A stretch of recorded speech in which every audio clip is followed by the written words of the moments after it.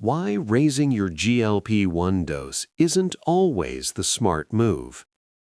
Most people assume progress comes from doing more effort, more restriction, more medication. So when weight loss slows, or even when it's working, the instinct is the same. Maybe I should raise my GLP-1 dose. But here's the truth. Raising your dose when fat loss is already happening isn't optimization, it's overcorrection. If the scale is moving, if body fat percentage is dropping, if hunger is controlled and energy is stable, you don't touch the dose. You're already in a productive lane, and stepping on the gas when you're already moving forward is how people derail long-term progress. GLP-1 medications are powerful tools, but they are not performance enhancers. They're appetite regulators. Their job is not to crush hunger into oblivion. Their job is to restore control so nutrition and training can actually do their work. When fat loss is occurring, your metabolism is responding. Your body is adapting in a healthy direction, and that means your current dose is doing its job. Increasing it just because doesn't make fat loss better, it makes recovery harder. It increases the risk of under-eating protein, skipping meals, losing lean mass, digestive stress, fatigue, and eventually stalls you didn't need to hit. Because fat loss is not the goal, metabolic integrity is.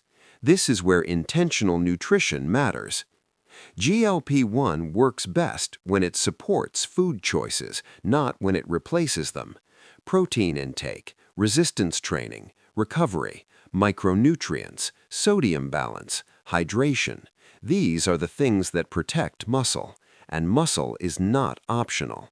Muscle is what keeps your metabolism higher, your insulin sensitivity improving, your heart stronger, your future weight maintenance possible. If you raise your dose while fat loss is already occurring, you're often trading short-term appetite suppression for long-term metabolic cost. And most people don't realize that cost until months later, when weight loss stalls, energy crashes, or lean mass quietly disappears. That's why in HPMR, the rule is simple. If fat loss is happening, if body composition is improving, if hunger is manageable, you stay the course.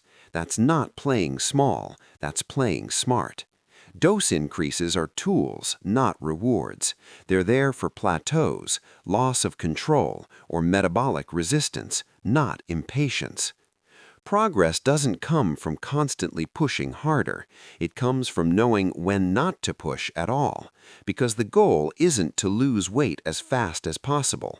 The goal is to lose fat, protect muscle, strengthen metabolic health, and build a body that doesn't need constant intervention to function. Also, what happens to hunger regulation over time? At higher and higher GLP-1 doses, the body can slowly lose its own internal setting for hunger, not because the medication is bad, but because the signal is doing all the work. When appetite is artificially muted for too long at extreme levels, the brain never learns what appropriate hunger actually feels like.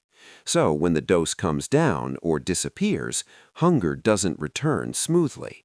It often returns loud, chaotic, and unregulated. And this matters because despite what people say today, not everyone stays on GLP-1s forever. Insurance coverage changes, costs rise, supply tightens, formularies shift, FDA guidance evolves, life happens. So, if your entire hunger control system depends on a high dose with no nutritional structure underneath it, maintenance becomes fragile.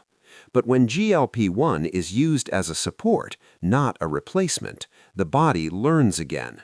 Protein becomes the anchor. Meals regain structure. Satiety cues start working with the medication, not against it. That's how hunger regulation survives the transition into maintenance, whether GLP stays, changes, or eventually goes. Because the goal isn't just appetite suppression. The goal is metabolic self-regulation that still works when conditions change. For more information, visit joeregina.com and learn how HPMR can help. GLP-1 is the tool, HPMR is the playbook.